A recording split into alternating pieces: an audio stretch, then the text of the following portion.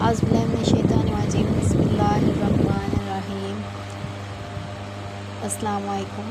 میں آپ کو رحیق المختومین کے بعد سیرت النبی کے بارے میں جو اتھینٹک چیزیں ہیں وہ میں آپ کو بتاتی ہوں، اور آپ کو بھی کہتی ہوں کہ آپ لوگ بھی پڑھیں تاکہ آپ کی نالج میں اضافہ ہو اس طرح سے۔ تو روز میں ایک لیکچر کی طرح ایک لیکچر اس سلسلے ڈلیور کرتی ہوں، جو میرے پاس نالج ہے وہ ڈلیور کرتی ہوں۔ لیکن میں نے سوچا کہ ایک دن ہم کوئی اچھی بات میں آپ کو ڈلیور کیا کروں، اور کل سے ایک اچھی بات ایک دن اور ایک دن لیکچر اس طرح سے میں ڈلیور کیا کروں۔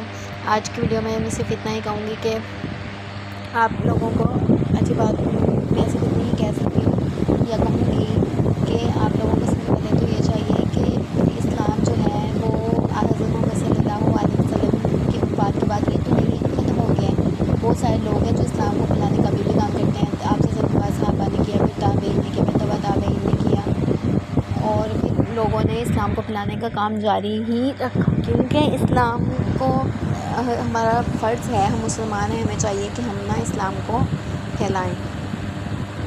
ہمیں اسلام اور بہت سارے مفتی ہیں، مولانا ہے، ہر چیز ہے، تو ہمیں چاہیے کہ ہم نالج حاصل کریں۔ ہم تھوڑی تھوڑی کوشش کریں، اگر کوئی نماز نہیں پڑھتا تو ہم اسے کبھی ڈرا کر نماز کے نقصانات بتا کر، کبھی اس کے فائدے بتا کر کوشش کرنے کا نماز پڑھنے شروع کریں۔ اگر ہم کسی کو کہتے ہی نہیں ہیں تو ہم سے اس بات کا حساب تو ہوگا کہ ہم کسی کو کیوں نہیں کہتے، کیونکہ دیکھو ہمارے اوپر فرض ہے کہ ہم کسی کو گناہ کرتے ہوئے دیکھیں تو اسے روکیں، کم سے کم۔ دیکھو حدیث ہے نا کہ اگر کسی کو گناہ کرتے ہوئے دیکھو تو اسے ہاتھ سے روکو، ہاتھ سے روکنے کی استطاعت نہیں تو زبان سے روکو، زبان سے نہیں تو دل سے میں برا کو، یہ ایمان کا کمزور ترین درجہ ہے۔ ہم کسی کو ہاتھ سے نہیں روک سکتے، آج کل وہ دور نہیں ہے، ہم کسی کو روکیں گے تو ہمیں 100 چیزیں سنائے گا یا 100 باتیں، ہم کسی کو لیکن زبان سے تو روک سکتے ہیں۔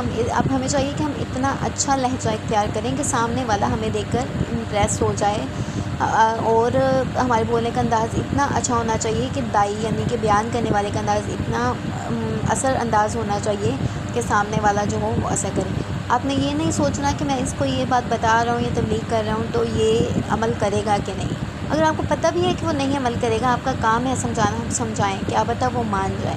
اور دیکھیں بہت سارے لوگ ہوتے ہیں جن کے مذہب کے پیچھے ہوتا ہے کہ وہاں ہوتے ہیں، ہندو ہوتے ہیں یا عیسائی ہوتے ہیں، کوئی بھی ہوتا ہے، تو آپ ان کو بھی کوشش کریں کہ وہ دین اسلام میں آ جائیں اگر کسی کے پاس ہے۔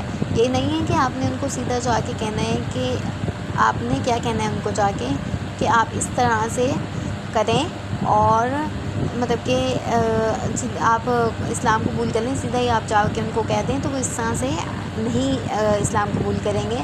یا ہم کسی کو دین کو برا نہیں کہہ سکتے، ہمیں اپنے اخلاق میں وہ چیزیں لانی ہے کہ جس کو دیکھ کے وہ سامنے والا امپریس ہو اور وہ چیزیں اپنے اندر لے وہ مسلمان ہو جائے۔ اگر ہماری وجہ سے کوئی ایک انسان مسلمان ہوتا ہے تو وہ کتنا اچھا ہے۔ تو ہمیں یہ چاہیے کہ ہم کیا کریں، ہم جو ہے وہ کسی کو مسلمان یا کسی کو دین کی تبلیغ دیں، کسی کو کوشش کریں لوگوں کو دین پر لانے کی۔ آپ چھوٹا موٹا کام کریں، کسی کو اچھی نصیحت کر دیں، تو آپ خود کے اندر وہ چیزیں لائیں جسے دیکھ کے لوگ متاثر ہوں۔ ہمیں یہ ہمارا کام ہے۔ آج کل کیا ہوتا ہے کہ لوگ برا کر رہے ہیں، کچھ بھی نہیں، ہم انہیں کچھ کہہ ہی نہیں رہے ہیں، زنا عام ہے، گالی گلوچ ہر چیز عام ہے، لیکن ہم کسی کو بھی نصیحت ہی نہیں کرتے، روکنے کی کوشش ہی نہیں کرتے، ہم اپنا کام ہی نہیں کر رہے، ہم اپنے دنیا میں مگن ہیں۔ لیکن جب ہمیں حساب دینا ہوگا تو ہم حساب کیسے دیں گے؟ کم سے کم وہ نہیں عمل کرتے، نہ کریں، ہمیں کوشش ضرور کرنی چاہیے۔ اللہ حافظ۔ آج میں اتنا ہی کہوں گی۔